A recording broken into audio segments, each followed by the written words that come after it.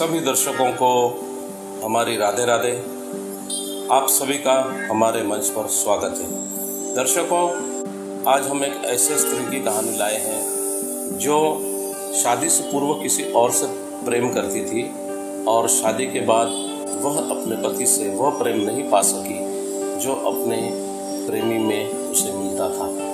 यह महिला स्त्री के चरित्र और खुद के चरित्र के बारे में कुछ बताना चाहती है और आप सभी से सुझाव भी चाहती है कि उसे क्या करना चाहिए।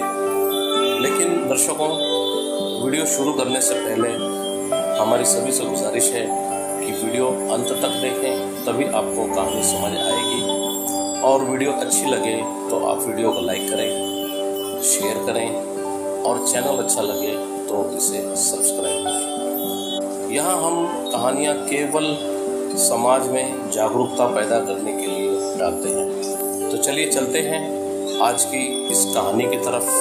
वो कहती है, जो स्त्री आक्रामक होती है वह कभी आकर्षक नहीं होती। वो कहती है, अगर कोई स्त्री किसी पुरुष के पीछे पड़ जाए और प्रेम का निवेदन करने लगे तो पुरुष घबरा जाएगा, भागने लगेगा उससे, क्योंकि वह स्त्री पुरुष जैसा व्यवहार कर रही है। स्त्री स्थिर नहीं है। स्त्री का स्थिर होना ही उसका माधुर्य है। वह सिर्फ प्रतीक्षा करती है, तुम्हें उकसाती है लेकिन आक्रमण नहीं करती। वह तुम्हें बुलाती है लेकिन चिल्लाती नहीं है। उसका बुलाना भी बड़ा मौन होता है। वह तुम्हें सब तरफ से घेर लेती है लेकिन तुम्हें पता भी नहीं चलता।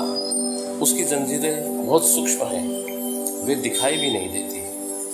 वह बड़े पतले धागों से, सूक्ष्म धागों से तुम्हें सब तरफ से बांध लेती है, लेकिन उसका बंधन कहीं दिखाई भी नहीं पड़ता। स्त्री अपने को हमेशा नीचे रखती है। लोग गलत सोचते हैं कि पुरुषों ने स्त्री को दासी बना लिया है।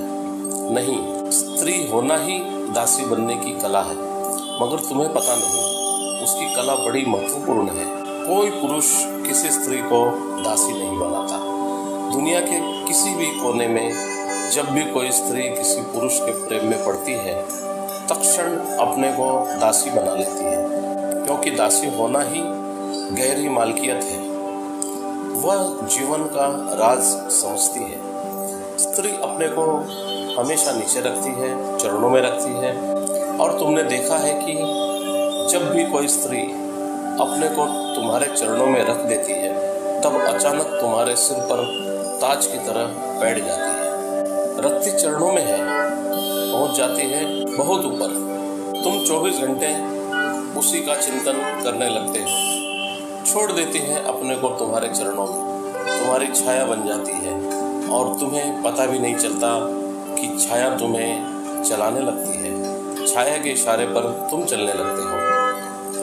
स्त्री कभी यह भी नहीं कहती सीधा सीधा कि यह करो, लेकिन हर वो काम करवा लेती है जो वो चाहती है। वो कभी नहीं कहती कि यह ऐसा ही हो, लेकिन वह जैसा चाहती है वैसा करवा लेती है, क्योंकि वह दासी है।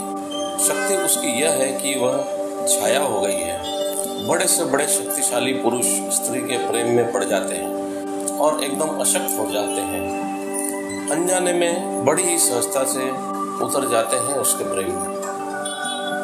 वो कहती है, मैं 34 साल की शादीशुदा महिला हूँ। ये सारे दांव पेच मुझे भी आते हैं।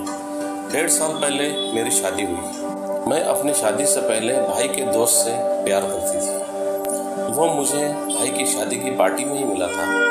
वह शादीशुदा था, लेकिन पत्नी के साथ उसकी अनबन चल रही थी। उसका विवाद कानूनी दांव पेच में फंसा हुआ था। वह बहुत परेशान था।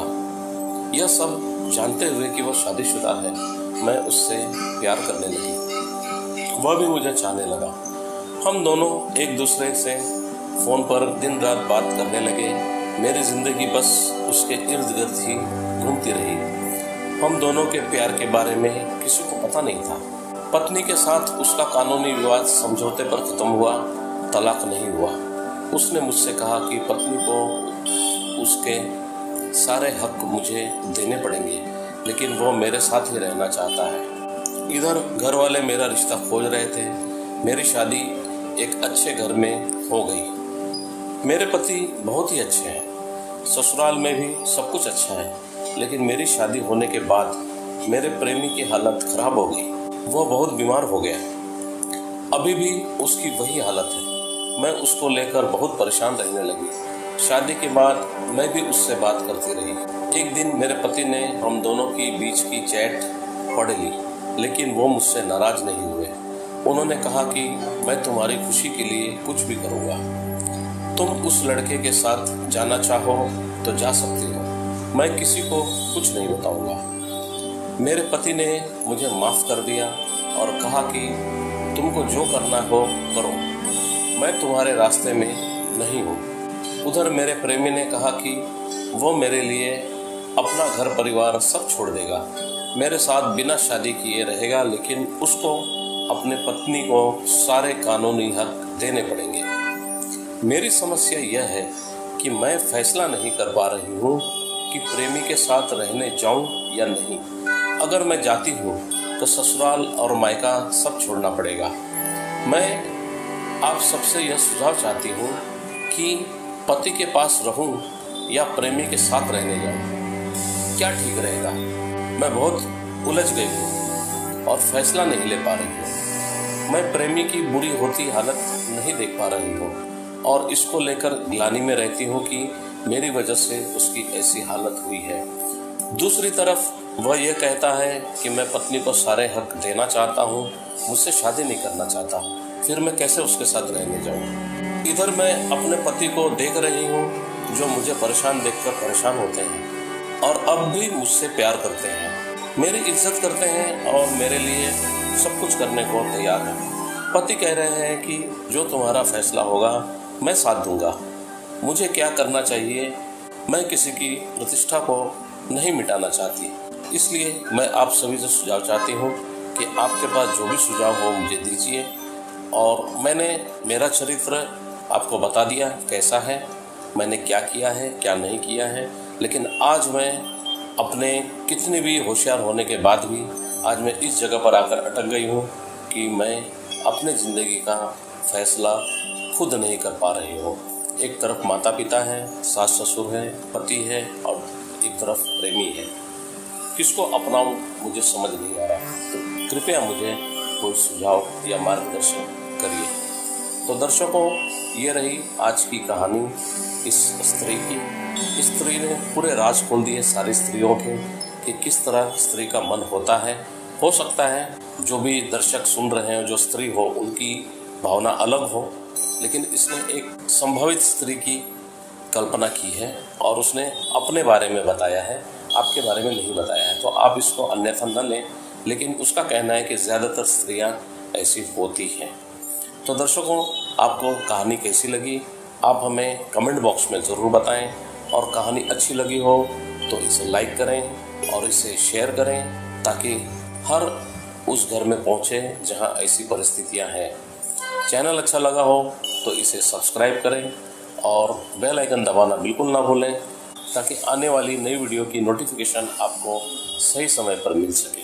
तो दर्शकों, मिलते हैं अब अगली नई वीडियो में नई कहानी के साथ, नई जागरूकता अभियान के साथ। तब तक के लिए आप सभी का बहुत बहुत धन्यवाद और आप सभी को राधे राधे।